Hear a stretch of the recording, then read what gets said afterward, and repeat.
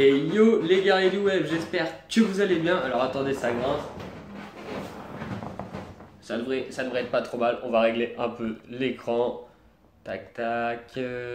Ok, super.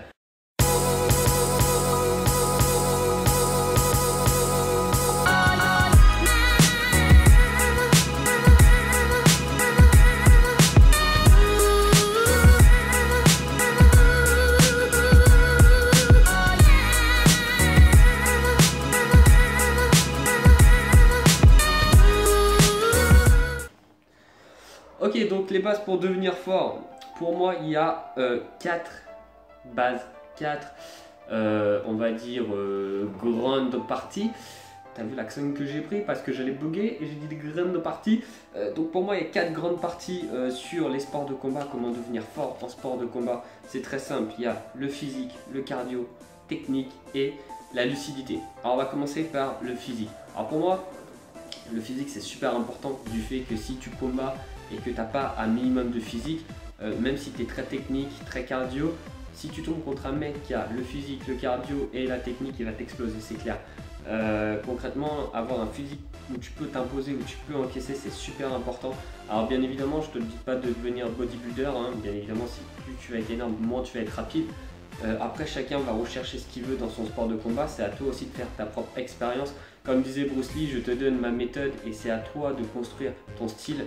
Voilà, donc pour moi c'est vraiment important déjà partir sur une méthode et construire son style autour, c'est ce que j'ai fait et vraiment c'est plutôt intéressant. Donc du coup, comme je te disais, le physique, pour moi c'est important de faire de la musculation, du renforcement musculaire, tout ça, parce que déjà dans les arts martiaux, tes muscles vont être mis à rude épreuve et du coup pour moi il faut que tu renforces tout ça, que ce soit ta ceinture abdominale pour pouvoir donner des bons coups de pied, que ce soit tes jambes pour durer, que ce soit tes épaules également pour durer, ou encore ton corps en général pour pouvoir encaisser, c'est super important. Les techniques pour s'entraîner physiquement, c'est simple, tu as la technique de la musculation, tu as la technique du renforcement musculaire, après tu as plein d'autres techniques qui vont s'allier aussi avec le cardio. Moi ce que je te conseille c'est faire de la musculation en fonction de ton sport. Vraiment, par exemple, pour là le cas précis des arts martiaux, les sports de combat, il y a des mouvements qui sont très importants dans les sports de combat, tels que le soulevé de terre par exemple. C'est super intéressant de faire du soulevé de terre quand tu fais du sport de combat ou des arts martiaux. Voilà, et du coup, tu peux essayer de travailler ton explosivité sur les mouvements, par exemple sur le développé couché, tu descends tranquillement et bam, tu rebalances d'un coup. Désolé si je t'ai fait peur. Donc voilà, donc c'est super important, tu peux travailler comme ça ou alors tu peux travailler comme moi vraiment sur la technique muscu ou alors tu peux travailler aussi en rapidité, bam, bam, bam. Il y a vraiment beaucoup de méthodes pour s'entraîner en musculation pour les sports de combat. Je t'invite à te renseigner un peu si tu veux, on pourra en traiter aussi d'une vidéo là-dessus. Ensuite, le deuxième point, le cardio. Alors le cardio c'est un truc de malade, je t'assure que c'est l'un des trucs pour moi le plus important dans les sports de combat. Bien que les autres soient très importants aussi, mais le cardio pour moi, si tu n'as pas de cardio, tu vas être dans la mouise. Vraiment, c'est l'une des bases que tu dois acquérir avec les techniques, parce que le cardio, c'est vraiment un truc, si tu n'as pas, tu vas te faire démolir. Tout simplement, quand tu vas être fatigué, au bout d'un moment, tu vas boxer n'importe comment, tu vas chercher à taper fort, parce que tu en as marre, ton corps va juste chercher à mettre des coups pour mettre des coups et du coup là tu n'auras plus du tout aucune efficacité. Et l'autre, 1, 2, 3 soleil, l'autre en face de toi, si lui a le cardio, la condition physique et en plus la technique, il va te démolir, il va t'emmener soit dans un coin, il va t'enchaîner, soit ouais, de toute façon il va te démolir. Ok, du coup, ce qui est super important, voilà comment moi je travaille du coup le cardio. Donc je fais beaucoup de cordes à sauter. Il y a la corde à sauter du coup. Alors tu peux faire des rounds en corde à sauter. Tu peux faire par exemple des rounds de 3 minutes avec 1 minute de récupération. Ça, je ferai une vidéo pareil spéciale. On va pas rentrer vraiment dans le détail parce que sinon la vidéo va durer 10 ans. Donc du coup tu peux faire en corde à sauter, tu peux faire au sac de frappe, donc pareil avec des rounds. Sur le sac de frappe, ce que je t'invite à faire, c'est de travailler une technique pendant 3 minutes. Par exemple tu fais jab, cross, crochet, middle, tu fais ça pendant 3 minutes. Ensuite tu prends 1 minute de pause et sur 3 minutes tu fais par exemple, je sais pas, switch, tu mets low kick, ensuite tu mets coup de pied de face, ensuite tu rentres jab, cross et du coup tu fais ça pendant 3 minutes et tu recommences ainsi de suite. Ensuite, une technique excellente, pareil, c'est tout simplement le shadow. Donc shadow, tu boxes dans le vide. Et ça, c'est vraiment très bien.